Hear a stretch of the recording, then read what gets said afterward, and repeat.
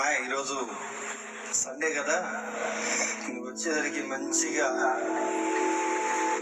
Chicken వేపు చేస్తా కాబట్టి ఈరోజు నువ్వు వెళ్ళు ప్రార్థనకి, నేను వచ్చేసరికి కూర రెడీ చేస్తాను, అందరం కలిసి భోజనం చేద్దాం అందంట.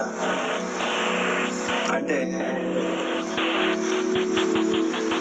ఈరోజు సండే కోడలు వెళ్ళింది ఎక్కడికి? చర్చికి. దేవుని వాక్యం చెప్పేశాడు, అయిపోయిన తర్వాత కోడలు ఇంటికి వచ్చింది. ఇంటికి వచ్చిన తర్వాత ఇక అందరూ ప్లేట్లో డైనింగ్ టేబుల్ మీద కూర్చొని, డైనింగ్ టేబుల్ దగ్గర కూర్చొని చుట్టూ కూర్చొని అందరూ ప్లేట్లో భోజనం పెట్టుకుంటారట. పెట్టుకుంటున్నప్పుడు ఈ అత్తయ్య ఏందంట, అమ్మాయి ఈరోజు మీ అయ్యగారు ఏ వాక్యం చెప్పాడు అందంట అత్తయ్య.